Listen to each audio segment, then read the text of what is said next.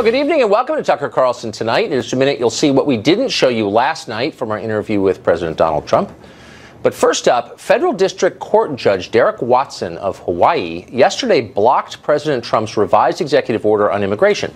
He said it violated the First Amendment rights of Muslims, not in this country, but around the world, including those who've never set foot in America. One of those was the Attorney General of Hawaii. Well, President Trump, of course, blasted the ruling and signaled his intent to keep fighting for the executive order.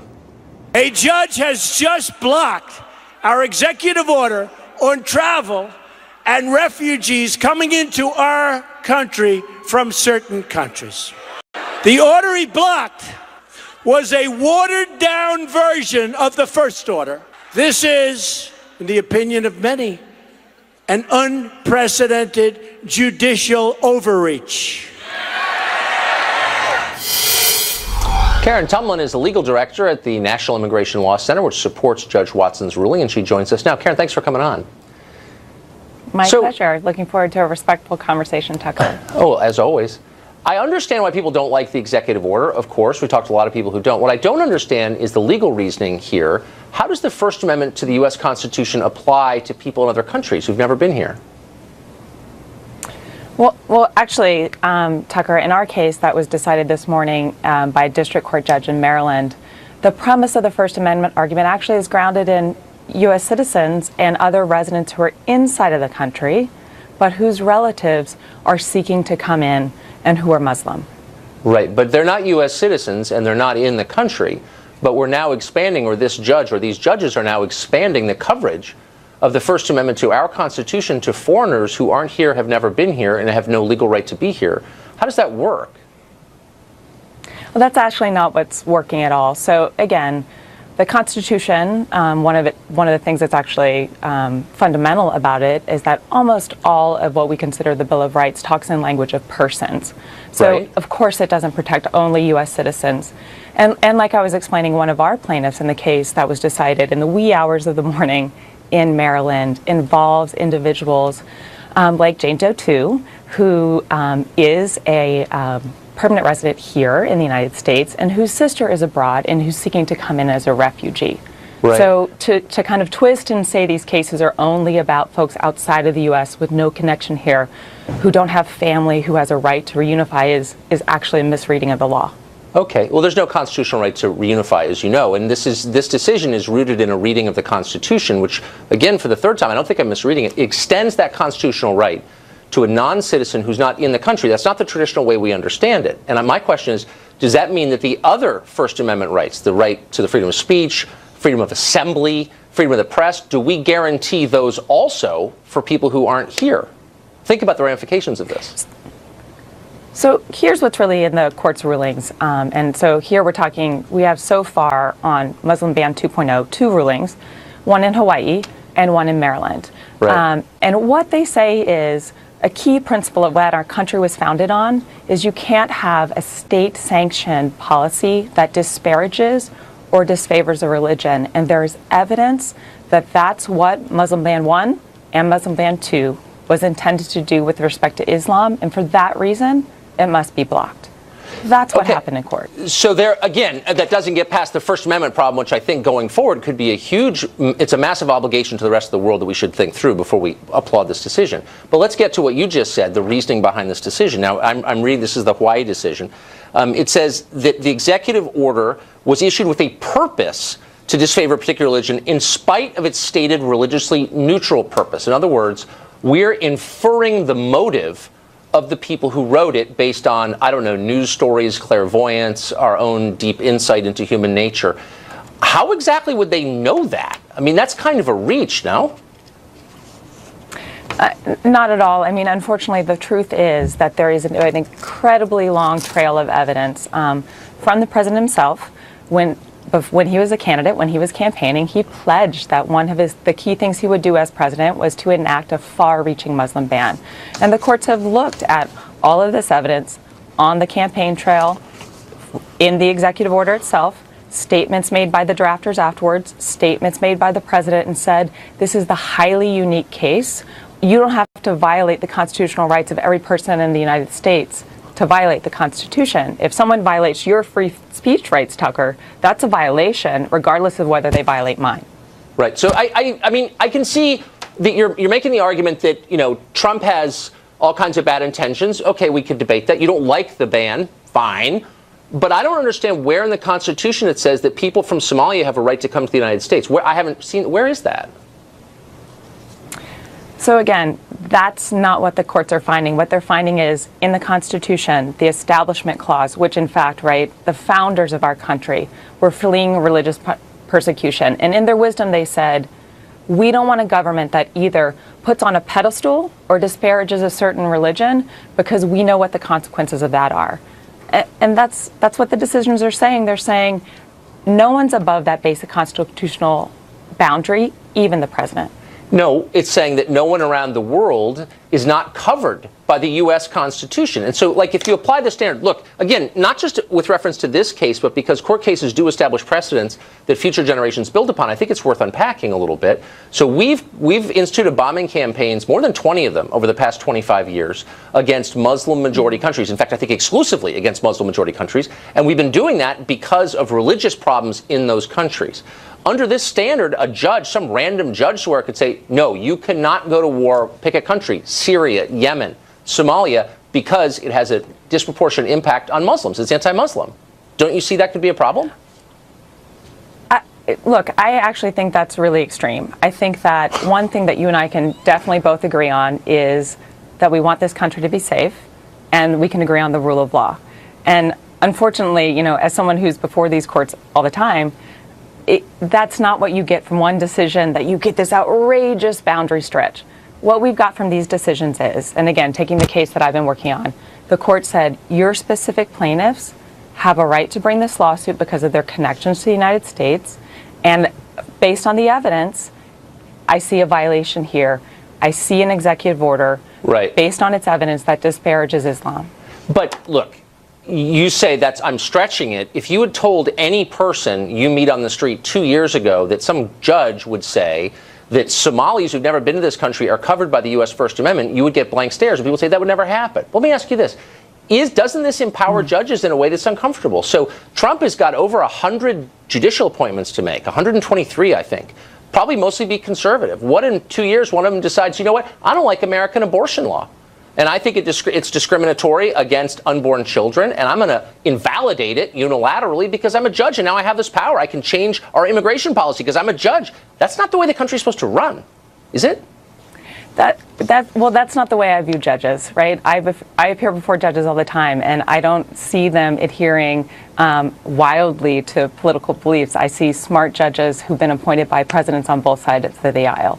And so, again, I don't buy into that as the ramification. I think if you had told people 2 years ago that we would have a president who made it a hallmark of his campaign to disparage a religion and to make a difference between people in this country based on how they choose to pray, I think you would have gotten blank stares. Okay, last question. So you think it's unconstitutional for the United States president or Congress, or how about citizens, to make a meaningful distinction between immigrants from Somalia and immigrants from Norway? We're not allowed to say there's a difference. There's a difference in effect on the people who already live here. That's unconstitutional?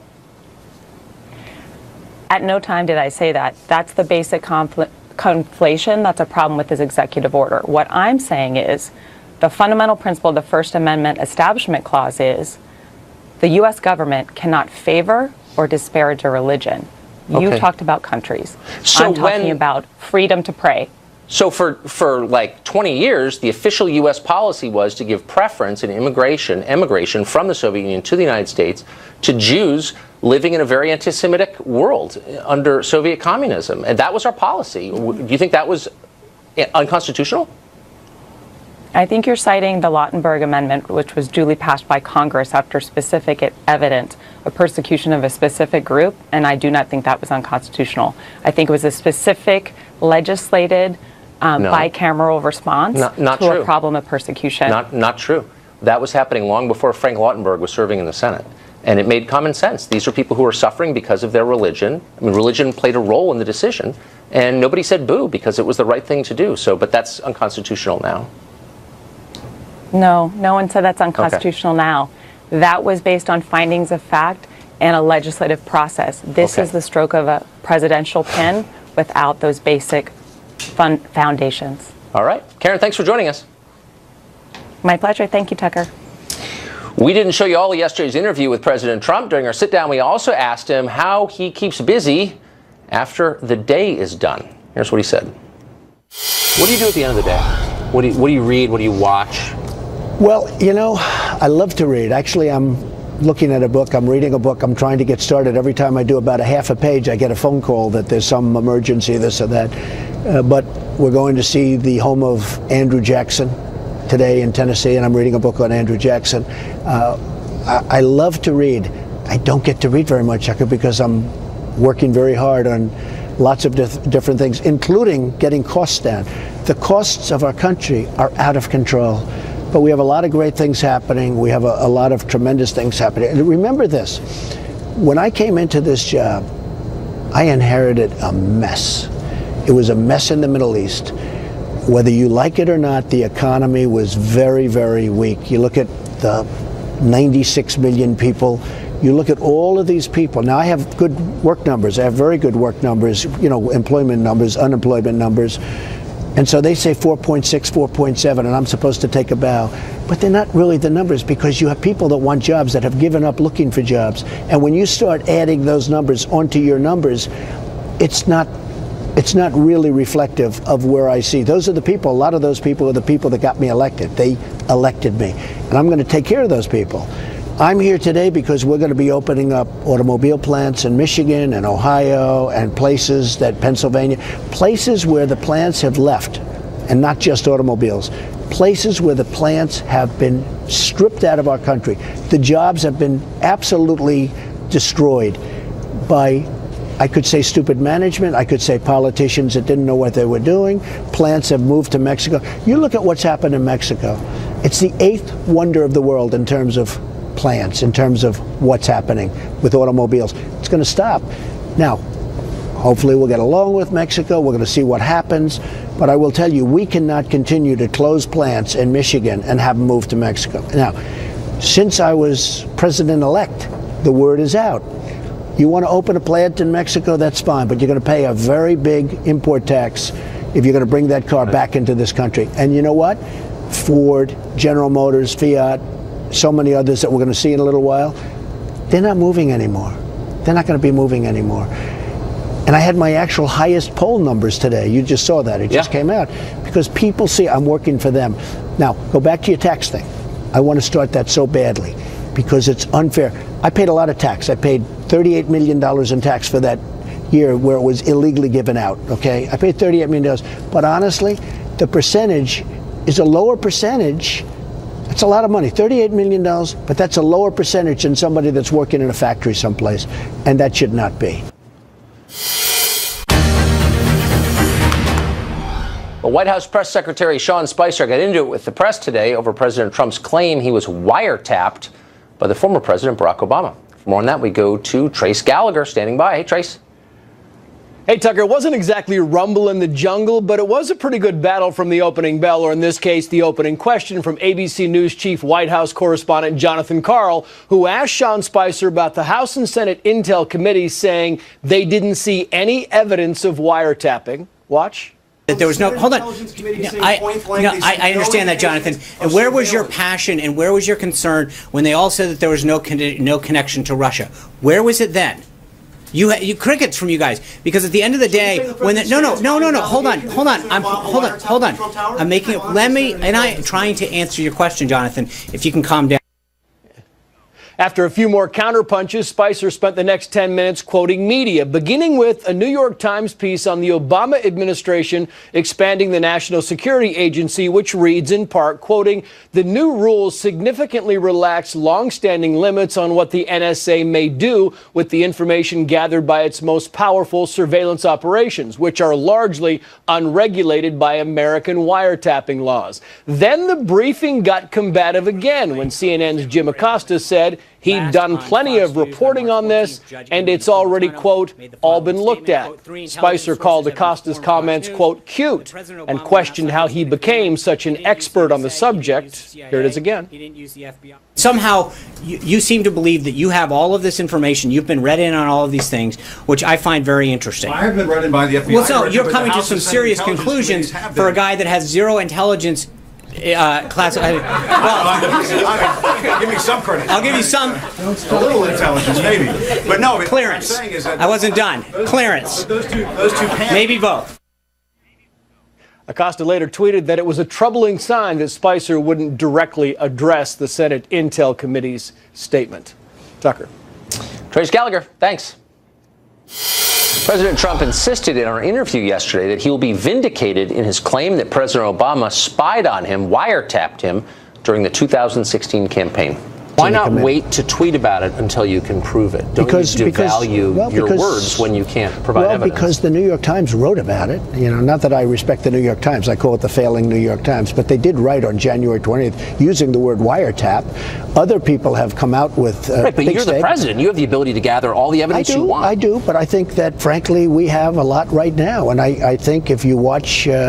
If you watched the Bret Baier and what he was saying and what he was talking about and how he mentioned the word wiretap, you would feel very confident that you could mention the name. He mentioned it, and other people have mentioned it. But if you take a look at some of the things written about wiretapping and eavesdropping, and don't forget, when I say wiretap, those words were in quotes. That really covers, because wiretapping is pretty old-fashioned stuff, but that really covers surveillance and many other things. And nobody ever talks about the fact that it was in quotes, but that's a very important thing. But wiretap covers a lot of different things. I think you're going to find some very interesting items coming to the forefront over the next 2 weeks. Well, author, columnist, and American thinking man Charles Krauthammer joins us now. Charles, thanks a lot for coming on. I guess what bothers me about that is I think that it's overwhelmingly likely that electronic communications from Trump advisors were swept up by American intelligence agencies during the campaign, either for good reasons or bad. But I think it likely happened. But I think the White House's unwillingness to prove it distracts from that. It undervalues or undermines their case, but also it detracts from like a conversation we should be having about surveillance. And it makes you question the credibility of the president on anything. Right. You know, he really should stop digging. We have now had the heads of the Senate and House Intelligence Committees, a Democrat and a Republican, come out and say they haven't seen a shred of evidence that this is true. There is nobody in the administration who will say this is true. They'll all say we have to investigate. Why? As you said in the question, you're the president, you pick up the phone, you call the head of the CIA, the FBI, the DNI, the Director of National Intelligence. You've got the answer at your fingertip. You don't need an investigation. Look, there's not a person in Washington who thinks that there actually was a wiretap, that this is true. The president, look, he seems to have a belief in conspiracy theories. This is, after all, a man who said that Ted Cruz's father was involved in some way with Lee Harvey Oswald. That's pretty Twilight Zone stuff. So this is a lot less kooky than that. But there is no evidence. But as you say, it detracts from the fact that we do know that there was legal wiretapping of Russian officials that might have swept up Americans in it. And there could have been, I would go one step beyond that and say there could have been improper handling. When Americans are swept up in that kind of legal wiretap of a foreigner, the intelligence agencies are supposed to cover up and to disguise the identity of the American to protect them. There could have been mishandling of this, particularly in the case of General Flynn, and that is, I think, an issue that ought to be raised. So don't we know that happened? And I agree that it detracts from the imprecision of his words detracts from it, but all of us should be horrified that a private citizen, he was a private citizen then, was surveilled by the U.S. government and then destroyed, whatever you think of Flynn, by the leak of the transcript. I mean, isn't that a big deal? And I think you could even say, if you want to talk conspiracies here, there appears to have been, and here's where the New York Times, the failing New York Times reported, that there appeared to have been a relaxing of the standards for releasing the names of the Americans who should be disguised and protected at the end of the Obama administration, and the spreading of that name so that Flynn, for example, ended up being exposed in a way he shouldn't have been. But I think it's really odd here, Tucker. We have two conspiracy theories. A, the wiretapping of Trump Tower. That didn't happen, and we're chasing our tails on this. The other is the collusion between the Trump campaign and the Russians, the alleged collusion that Democrats have been jumping on. There is no evidence of that either. We just had today Mike Morrell, who is sort of a pro-Clinton former deputy head of the CIA, saying there's smoke, but there's no fire here. Right. And the head of the DNI, Clapper, a guy who was at odds with Trump, had no reason to favor Trump. He says he hasn't seen a shred of evidence. So you have two conspiracy theories, huge investigations. The town is swept up in a frenzy on two accusations where there is no evidence. Yeah. Meanwhile, the debt ceiling came and went, which is actually last question. Every time I talk to people on the intelligence committees who are charged with oversight of the intelligence agencies, they always strike me more as fanboys and defenders of those agencies rather than as people who are acting as a backstop against overreach and protecting our interests as the public. Why is that? Why the Stockholm Syndrome? Well, they're not libertarians like you. Well, I'm not really a libertarian. I'm an American who doesn't want people reading my email without a good reason. Well, for them, look, let me speculate since I don't know, but it's never stopped me before. And I am a psychiatrist, and I'm allowed to do this kind of stuff.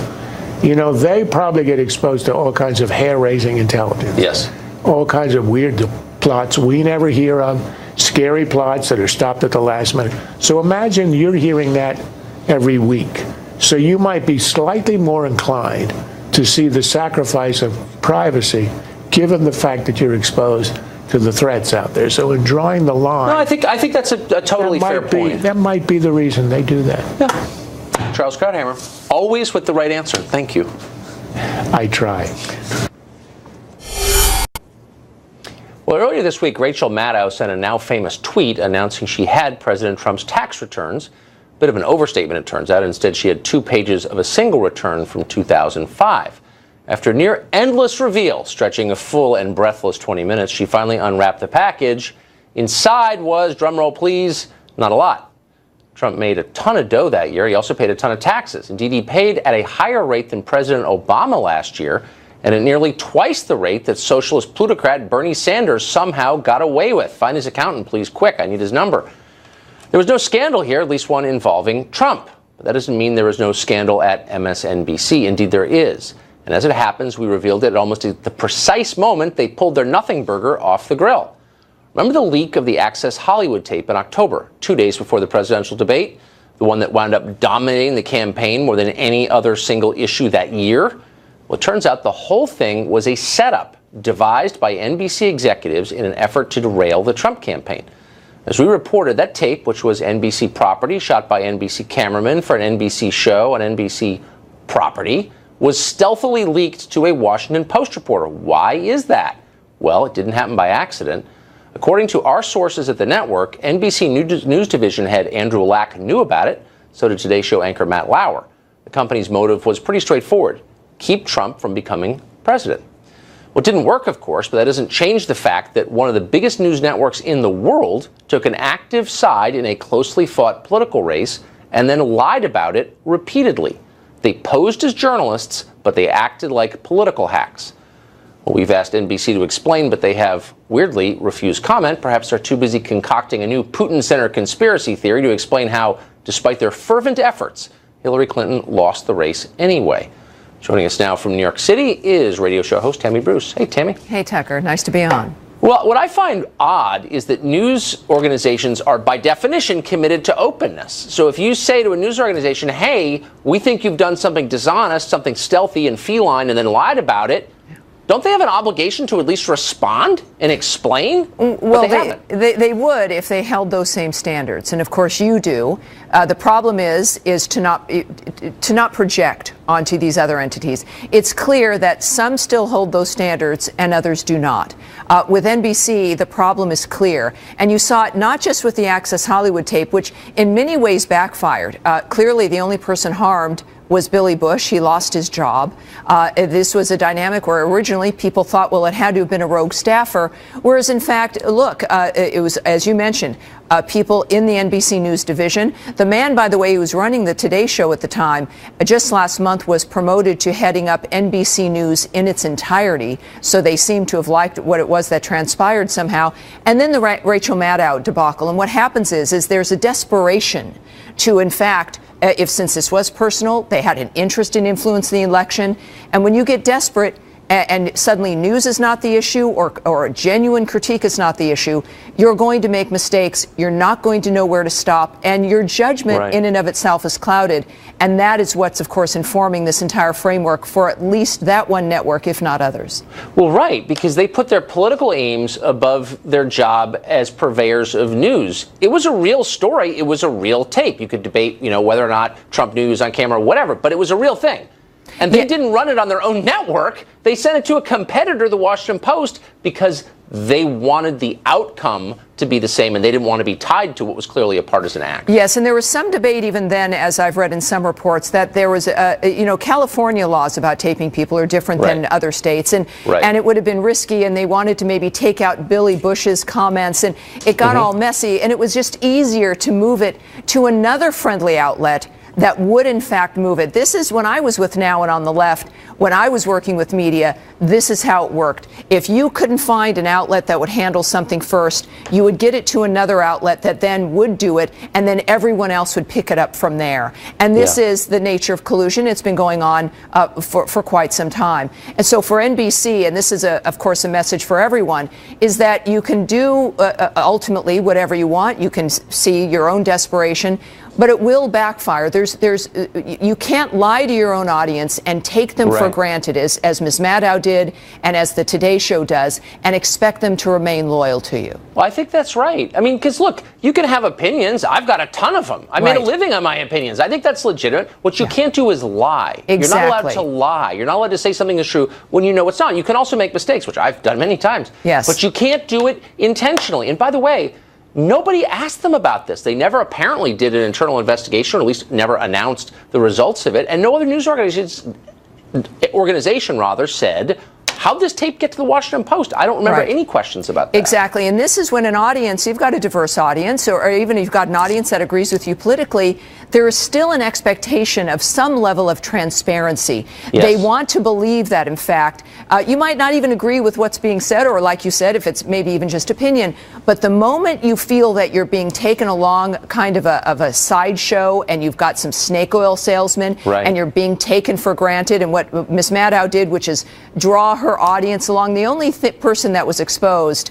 that night, of course, was Rachel Maddow, and the only people that were taken advantage of that night was her audience. And for NBC as an entity, you can see it's infected every network, and I think it's probably infected the nature of their on-air talent in general. Desperation for ratings, desperation to achieve their goal, which in this case is not information to impart, but to harm the President of the United States. I think that's right. I mean, how much better would it have been if, they said, look, we thought he paid no taxes, he paid 25%. I don't know. It's kind of interesting. I would have watched it, but instead, you got to hype it to the point of dishonesty. Exactly. Tammy, thank you. Great to see you. Thank you, Tucker. Up next, the tolerance police fired a University of Wisconsin lacrosse employee because she defended President Trump's policies. We'll have her on after the break. Well, the forces of tolerance have struck again, this time in the state of Wisconsin. Until last week, Kim Dearman worked as a police dispatcher for the University of Wisconsin lacrosse. But after Dearman defended President Trump's executive order on immigration, the first one, to a coworker, the school informed her she would be fired for using, quote, threatening or abusive language. Today, the school's chancellor, Joe Gao, hastily offered Dearman her job back, saying she shouldn't have been canned without a hearing, you think. Kim Dearman and her attorney, Lee Fear, join us from La Crosse, Wisconsin. Kim and Lee, thanks a lot for joining us. So, Kim, this is apparently you've been offered your job back because you didn't have a hearing, but this was after the university explained that you had threatened and intimidated people. Tell us your version of what happened. Hi, Tucker. I had received the same email that everybody else had received in the university system regarding Chancellor Gao's opinion and his apology. And I had a casual conversation with the young lady that I was training, that I had hired to work in our department, and apparently she was offended by it, by me indicating that I thought terrorists or immigrants should be sent back to their Middle Eastern country. So that's what, excuse me, that's what you said? You said terrorists or immigrants should be sent back to their countries? I said, yes, terrorists should be sent back to their, should not be allowed into this country, and Right. any type of terrorist in this country should be sent back. Huh. And then she tattled on you to the school which fired you. Is that right? Apparently, yes. So Lee, can you do that? It's pretty hard to fire people anywhere for expressing agreement with the presidential policy. That's grounds for firing in Wisconsin? Well, they clearly did not use the standards that they should have, and they did not follow their protocol. They were one of the problems here is that we don't know what the standard is. We don't know what Mr. Gao will be offended by.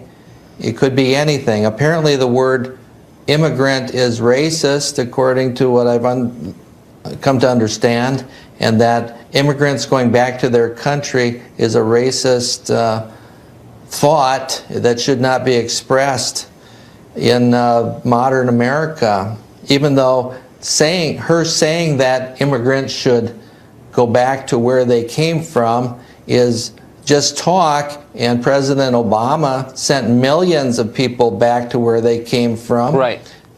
President Clinton sent 13 or 14 million people back to where they came from. Well, I guess what I'm not sure why their actions are okay. My client's words are not okay. The president or the chancellor of the university who spoke, his emails are just fine, even though he retracted them and apologized to the state of Wisconsin.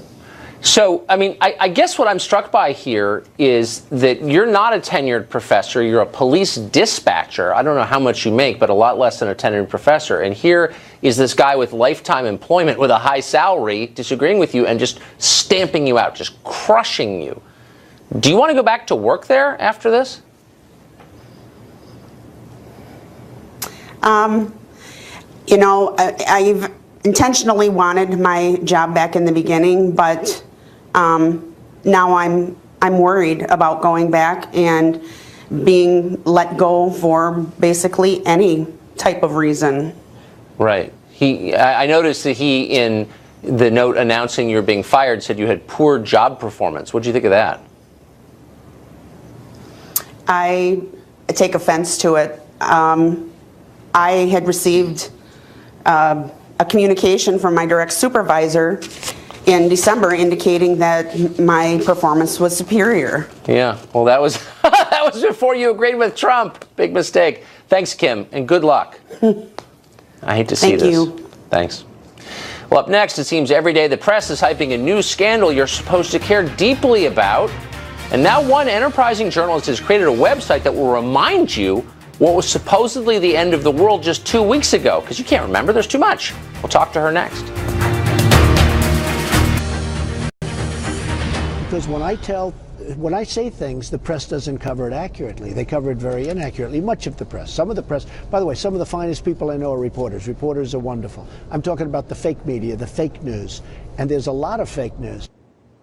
Well, it seems like the sky has been falling every day since last November's election, yet somehow the sky never actually lands, we've noticed.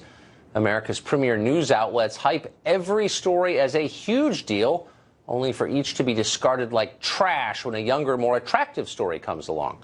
Well, now one writer is holding the press to account. Renee James is her name, and she's the founder of 2weeksagonews.com. The website's purpose is to remind you of all the stories that were super important just 2 weeks ago, and yet that you cannot remember now because maybe they weren't that important. Renee James, who is doing America a service, joins us tonight. Renee, I love the idea of this site. It's so fantastic because even in the news business, it's like, wait, we were supposed to mourn the end of democracy when that happened. Now I can't remember the details. So what should we have remembered but didn't for the last month? Oh, gosh, there's a lot, Tucker. So what we try to do is pick the thing that was really all over social media, whether it was Twitter or Facebook or what have you, and really just try to sort through, because there's a lot, like you said, there's an awful lot. We try to sort through, but, you know, one of our favorites was the Nordstrom story, right? How we all had to stop shopping at Nordstrom right away because they carried Ivanka Trump products, and that's a bad thing. So it was enormous. It was outrageous. It was constant, and it was effective. I mean, Nordstrom said, got it, got it, got it, got it. We're dropping everything. Now, I don't know why they did, but they did. And the question is this. Fine, you don't have to shop at Nordstrom. You don't have to buy her line. It's all fine. But no one said anything about Bloomingdale's. Nobody said anything about Lord & Taylor. Nobody said anything about DSW. Nobody said anything about Bye Bye Baby. Nobody said anything about Bed Bath & Beyond. It's like all these people are involved. So what is the... It's just disingenuous, and it seems to me... I don't get it. So there's a story. I'd forgotten about Nordstrom Gate entirely. What else had I forgotten about? How could you forget? How could you forget Nordstrom? You do remember how he asked women to wear a dress, right? Everybody had to dress like a woman. Do you remember that? Vaguely. Okay, that was a very big deal. I was deeply upset about it. Yeah, I vaguely remember that. Because it was more than 2 weeks ago, so that's ancient history. But when it was 2 weeks old, we talked about it, and you know that was again enormous. And on Facebook, you know, women were outraged. And the truth of it is, it's a very odd statement to make. I get that. It's a very sort of sexist statement. It's a very sort of, you don't understand why he made it. So, you know, we thought, well, when did he make it? When did he say something so ridiculous and misguided? We looked and we looked and we looked and we looked and we looked, and you know what? He didn't. Okay? It was somebody Maybe heard, that's why I didn't remember. Maybe that's why you didn't remember it. And it was somebody heard that he said, and da-da-da-da-da. And I just thought, you know, it's fine if it's sort of that, but you know what? He didn't say it. So I concede that, you know, saying it was dumb or even having that thought is probably not smart. If everybody else will concede that we have no idea what the dress code is in the White House. Okay, so wreck my night. Right? Wreck my night, Renee. Tell me one more story that I was really upset about, but can't recall now because I'm getting old. Do you remember that the world was ending because the White House stopped talking to the press? Right? Yeah. Everybody was kicked out. Everybody was kicked out. That was a very big deal. Right. Okay? I haven't heard one word since about anybody being kicked out. But you know what, maybe I'm missing it. I'll be totally honest. I remember where I was when that happened. It was like the JFK assassination. Yeah. It was like when Princess Di died. That was a big moment for me. Renee, thank you for remembering, even if the aged among us can't. Great to see you tonight. You're welcome. Thanks, Tucker. Coming up next, are foreign workers improving the lot of native-born Americans or just keeping wages down? Well, it turns out somebody decided to check. The numbers are interesting. Stay tuned for that.